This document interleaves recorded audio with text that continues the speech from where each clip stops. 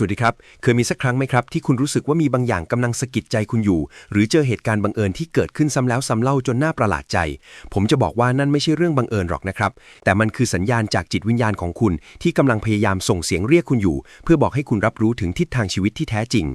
สัญญาณแรกที่คุณมักจะมองข้ามคือความรู้สึกอึดอัดที่หาสาเหตุไม่ได้เวลาที่คุณกำลังเดินผิดทางหรืออยู่ผิดที่ผิดทางแม้ว่าสมองและเหตุผลจะบอกว่าทุกอย่างโอเคแต่ใจลึกๆของคุณกลับรู้สึกต่อต้านและกระวนกระวายอย่างรุนแรงในทางตรงกันข้ามถ้าคุณกำลังทำสิ่งที่ถูกต้องและสอดคล้องกับจิตวิญญาณคุณจะสัมผัสได้ถึงความรู้สึกเบาสบายความตื่นเต้นและความสุขที่ล้นออกมาจากข้างในโดยไม่มีเหตุผลราวกับว่าเวลามันหยุดเดินไปชั่วขณะ